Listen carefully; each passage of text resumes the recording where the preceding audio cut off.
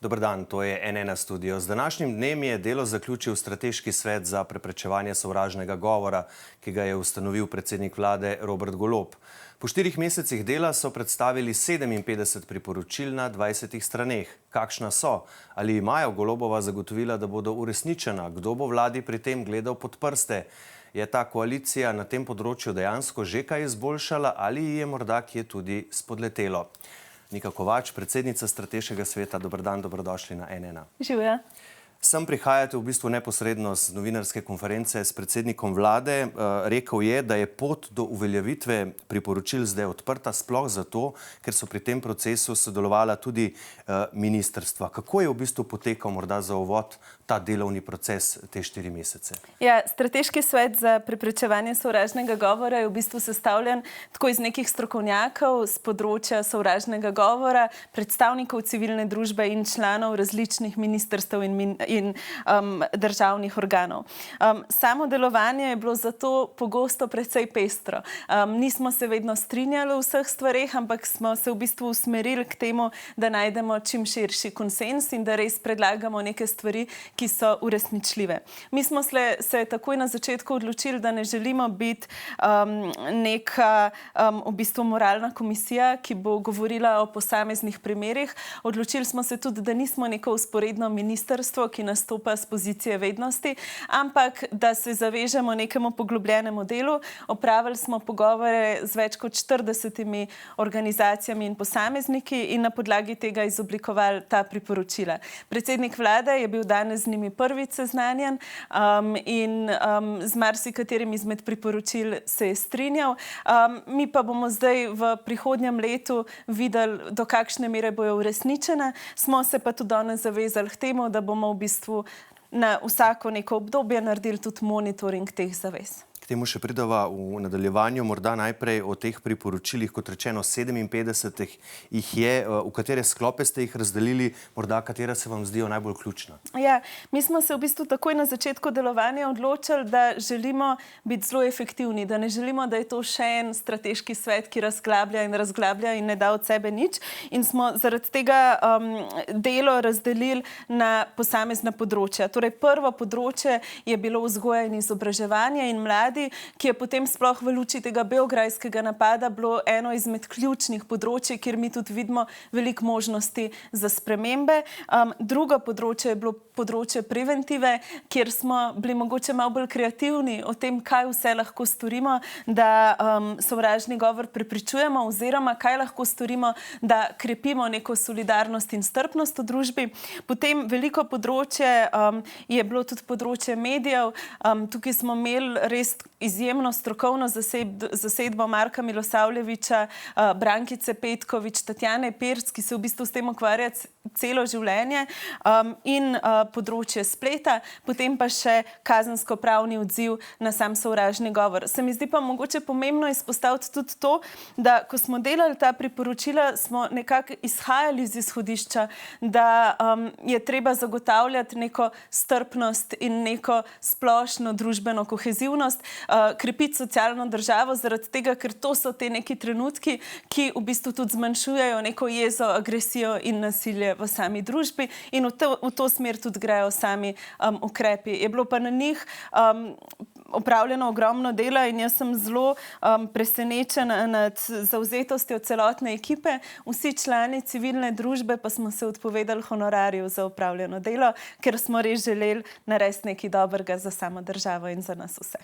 Zdaj, ko se pogovarjava, so ta priporočila že verjetno tudi prosto dostopna na svetovnem spletu in si jih vsak lahko pogleda. Mogoče tisto področje, ki ste ga najprej omenili in seveda tudi povezano s tem, kar se je dogajalo v Beogradu, šole. Kaj se vam zdi tu ključno? Katere ukrepe lahko recimo tukaj sprejme država takoj? Na področju šole je bil izjemno pomemben pogovor, ki smo ga opravili z Zvezo ravnateljev, ki je izpostavila, da se pogosto ravnatelji v nekem soočanju s sovražnim govorom počutijo same. Da ne vejo, kako postopati, da so postopki kompleksni in da si želijo nekako večjo odzivnost ministrstva pri spopadanju s sovražnim govorom. Na tej točki v pogovor je vstopila tudi Lea Colnar, ravnatelj ravnateljica po rodu Slovenka, ki zdaj dela na Švedskem, ki je predstavila njihovo dobro prakso. In to je, da se šole lahko obrnejo na urgentno točko, ki jim v takih primerih nudi neko res širšo sliko, neko širšo svetovanje za samo situacijo. In v to smer gre naš predlog. Na ministrstvu so sicer že dali neke signale, da se tega naj ne bi dalo na ta način vzpostaviti v Sloveniji, ampak nam se zdi ravno ta pomoč ravnateljem in šolam ključna. Druga stvar je krepljenje oseb zaupanja. V šolah veliko delo opravljajo šolski svetovalni delavci in delavke. To so osebe, kamor grejo otroci, ko so v stiski, ko potrebujejo pomoč. In ena izmed njih, s katero smo se pogovarjali, je rekla, včasih smo se mogli grebsti, da je kakšen otrok prišel k nam, zdaj pa otroci stojijo v vrstah. In zato smo predlagali, da vlada v resnici ukrepi to število šolskih svetovalnih delavcev in to je prvo priporočilo, kjer so nas že upoštevali. Obdržali so to kvoto, ki je bila vzpostavljena v času covida, ampak mi si želimo, da bi bilo teh svetovalnih delavcev in delavk še več. Tretji ukrep pa je ukrep, na katerega je ponovno najprej opozorila Lea Colnar, ki je rekla, da na Švedskem vsaka šola vsako leto naredi raziskavo med učenci o tem, kako se počutijo. Se na šoli počutijo varne, se na šoli počutijo v redu, kaj so stvari, kjer v bistvu občutijo mogoče neko sovražnost, in povedala je nek banalen primer iz svoje šole, kjer so otroci v tej anketi opozorili, da jih je v prvem razredu zelo strah zasmehovanja in nekih napadov, ker so premajhni, da bi zaklenili vrata straniščin in potem starejši otroci vdirajo. In ona je rekla, ko smo to na šoli prebrali, smo vedeli, da je treba samo kljuko nižje spustiti in par pogovorov in smo na podlagi tega reagirali. Če pa teh anket ne bi bilo, bi pa to ostal problem skozi generacije. Torej, uvedbo takega merskega pripomočka tudi svetujemo MIZŠ-ju, potem pa so tle še priporočila za vpeljavo teh vsebin v kurikulum in še marsikaj drugega, ampak ta so mi tako najljubša. Kako velik problem je za vas predstavljalo dejstvo, da je definicija sovražnega govora v bistvu širša, kot določa slovenska zakonodaja? Ja, s tem smo se ukvarjali že na prvi seji. Ta definicija je bila tudi zame, ko sem vstopala v to vlogo, ena izmed v bistvu največjih vprašanj. In tudi, ampak potem nekako je Brankica Petkovič opozorila na to, da je svet v bistvu Evrope pripravil že neko priporočilo oziroma neko obrazložitev tega, kaj sovražni govor je, ki sega na dva različna področja. Torej, prvo področje je ta sovražni govor, ki širi sovraštvo nad nekimi marginaliziranimi skupinami in ki ga je treba kazensko v bistvu preganjati. Drugo priporočilo pa gre v tej smeri, da obstaja tudi sovražni govor, ki je širši od tega in zaradi tega so države dolžne pripravljati neke akcijske načrte, strategije, kako se v bistvu s tem spopadati. In temu drugemu delu smo mi posvetili ogromno pozornosti, ker mislimo, da se marsikaj lahko naredi prav s temi pozitivnimi ukrepi. Pa je Ministrstvo za pravosodje izrazilo pripravljenost, da zaostri to definicijo? Ministrstvo za pravosodje je bilo izjemno kooperativno v tem procesu. Tudi priporočila, ki so nastala, so priporočila, s katerimi se recimo danes je Dominika Švarc Pipan izrazila strinjanje. Torej, predvsem, da se osredotočijo na te prekrškovne dele in da na teh primerih delajo. Ker je tudi analiza v bistvu tožilstva, ki jo je naredilo prav za strateški svet, pokazala, da številni primeri so potem zavrženi prav zaradi teh pravno-formalnih zadev in bojo šli v to spreminjanje. Torej, tu lahko pričakujemo določene spremembe, čeprav so ta priporočila nezavezujoča in bodo torej premier in ministrstva sami presodili, katera bodo upoštevali, pa najbrž za nekatera vendarle tudi vi pričakujete, da bodo upoštevana. Za katera boste torej ali pa bi bili razočarani, če ne bi bila izvedena? V prvi fazi si želimo, da vsa ministrstva strogo preučijo ta dokument. Se mi zdi, da eden izmed sogovornikov, ki smo jih imeli na strateškem svetu, Bjorn Ihler, ki je preživel napad na Norveškem, ta strelski pohod, je v bistvu se ukvarja z vzpostavljanjem strpnejše družbe in bojem proti sovražnemu govoru po svetu in je rekel, prvi korak je, da vsi preberejo priporočila. Drugi korak je, da imajo do njih mnenje in tretji korak je, da so ta priporočila realizirane. Za nas je izjemno pomembno, da se stvari začnejo urejati na šolah, da v bistvu se ogromno pozornosti posveti mladim. To je seveda tudi čas, kjer smo bili priča medvrstniškemu nasilju v Celju. Drugo področje pa je seveda področje medijev, kjer je Marko ravno danes opozoril, da pogosto slišimo državne uradnike, da se ne da, da se ne more, ampak eno od priporočil gre v smeri tega, da bi morali sovražne komentarje na spletu medijskih hiš tudi v bistvu regulirati same medijske hiše oziroma jih obravnavati kot sam medij. In to se nam zdi izjemno pomembno, ker se pod temi članki zbirajo številni komentarji, ki širijo sovraštvo, na njih se pa pogosto ne odziva, ker je pač to klikanost, odzivnost in algoritmi tako delujejo. Ja, na tem mestu moram povedati, da na enak tem zadevam in tudi komentarjem po članki pristopamo zelo resno in v bistvu vsakega posebej pregledamo in potem seveda presodimo, ali je to nekaj, kar sodi v nek komentar pod novico ali ne in seveda v skladu s tem tudi ravnamo. Kaj boste vi storili v primeru, da se zgodi, da pač za kakšno ključno priporočilo, za katerega pričakujete izvedbo, da pač ne bo upoštevano, ne? Ste rekli, da boste evalvirali na vsakih nekaj mesecev. Če se to ne zgodi, kaj boste naredili? Ja, jaz sem še vedno predvsem Nika Kovač z Inštituta 8. marec, z civilne družbe in eno izmed v bistvu naših vodil je, da se je treba boriti za to, da so stvari sprejete in da se je treba za stvari postaviti. Tudi v bistvu z ostalimi člani in članicami civilne družbe dojemamo ta priporočila tudi kot nek plan našega delovanja, tako da mi bomo zagotovo tukaj tudi v našem rednem delu vztrajali in bili tečni. Moram pa priznati, da vseeno občutek je danes bil na seji, da se bojo v bistvu ministrstvo posvetila tem priporočilom in da bojo vseeno na tem področju nekaj storila in k temu je v bistvu tudi se zavezal predsednik vlade. Ampak te odzivi v smislu, kot so bili na Ministrstvu za izobraževanje, ja veste, to se pa ne da tako, to vas ni, bom rekel, užalostilo ali pa vam zmanjšalo optimizma? V bistvu na Ministrstvu za izobraževanje je bil en tak lep primer tega, kako je najprej bilo rečeno, da se ene stvari mogoče ne dajo, potem pa so oblikovali delovno skupino zdaj na samem ministrstvu, ki se s temi priporočili ukvarja in so nekako tudi razumeli ta priporočila kot neko vodilo, da vsaj reflektirajo in razmislijo. Na tej točki še ne morem komentirati, kaj se bo zgodilo, ampak gotovo pa lahko pač povem, da bomo šolski prostor zelo podrobno spremljali in pripravljali tudi razne akcije, da se te stvari pač pogledajo in pazi na njih. Kot ste že rekli, v bistvu na začetku s konkretnimi primeri sovražnega govora se niste ukvarjali, to ste tudi že v samem začetku delovanja napovedali. Kaj pa ste morda zaznali kot največji problem v Sloveniji? Seveda zdaj ne bova šla konkretnim primerom, ampak mogoče sklopu nekih sorodnih primerov. Kaj je torej pri nas največji problem?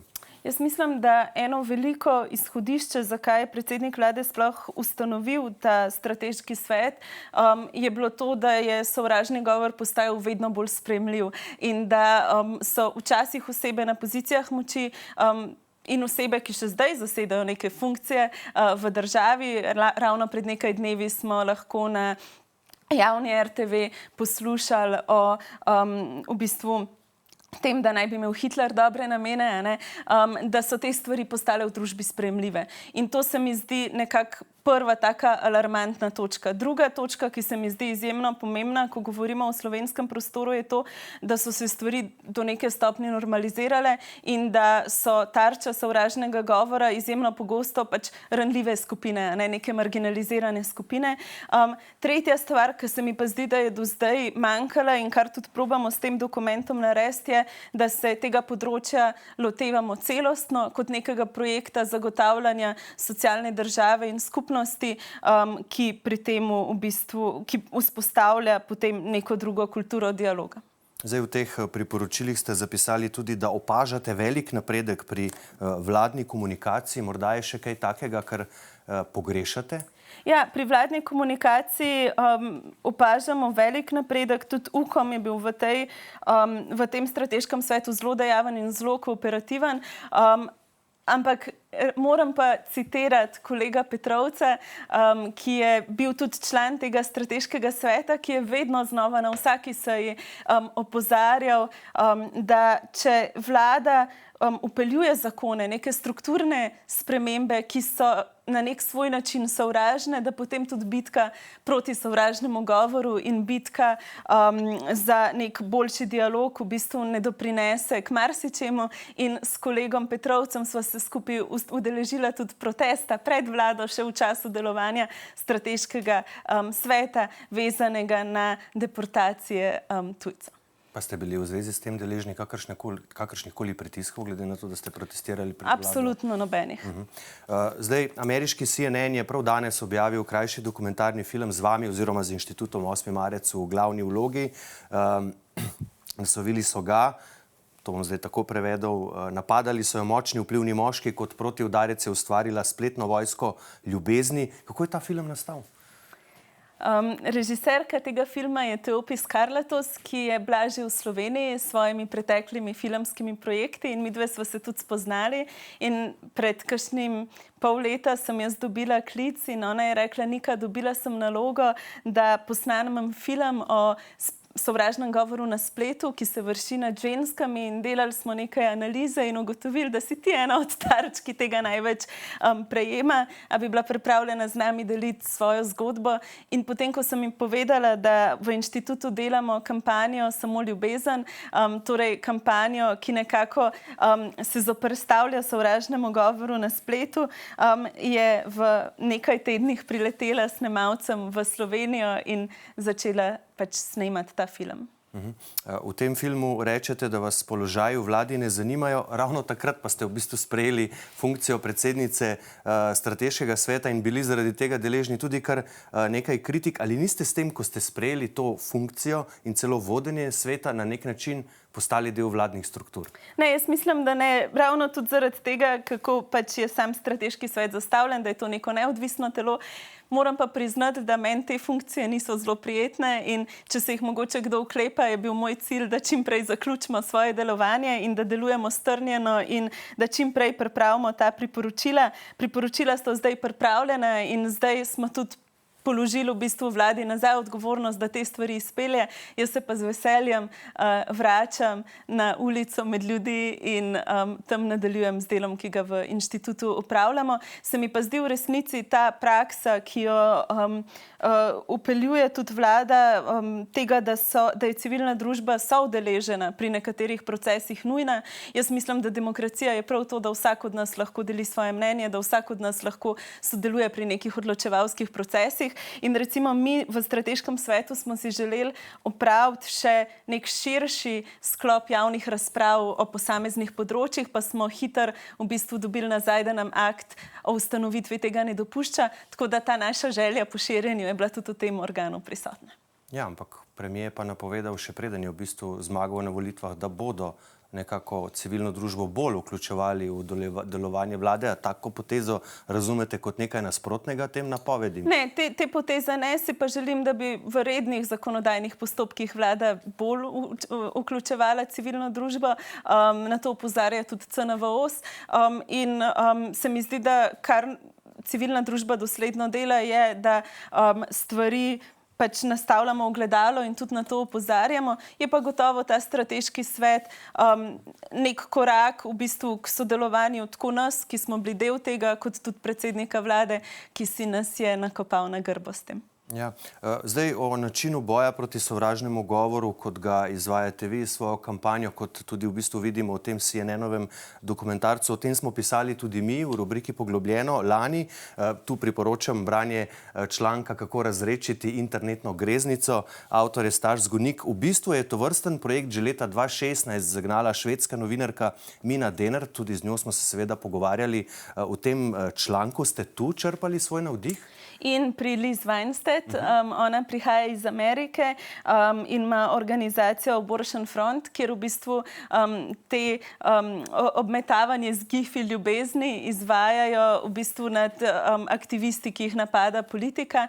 Kaj je bilo nam v tem všeč, je prav to ustvarjanje skupnosti in premagovanje sovražnega govora z neko prijaznostjo, sončnostjo in z nekim upanjem, hkrati pa z jasno zavezo k teženju k socialni državi in neki pravičnosti za vse. Če to mogoče še malo ljudem pojasniva, v bistvu, ko se pojavi nek sovražni zapis, je vaš odgovor nanj v bistvu neke ljubezen, torej gifi, srčki in podobne stvari in potem si v bistvu vsi, ki v tem sodelujete, medsebojno všečkate in algoritmi družbenih omrežij seveda potem takšne odzive dvigujejo više in so bolj vidni in v bistvu na koncu sovraštvo razvodeni na tak način. Ja, v resnici je celotna ideja za to kampanjo Samo ljubezen ta, da pogosto se sovražni govor nad osebami vrši zato, ker se jih skuša utišati. Vedno, ko je nekdo kritik oblasti, vedno, ko je nekdo kritik nekih gospodov na pozicijah moči ali pa trolov na pozicijah moči, te probajo utišati sovražnim govorom.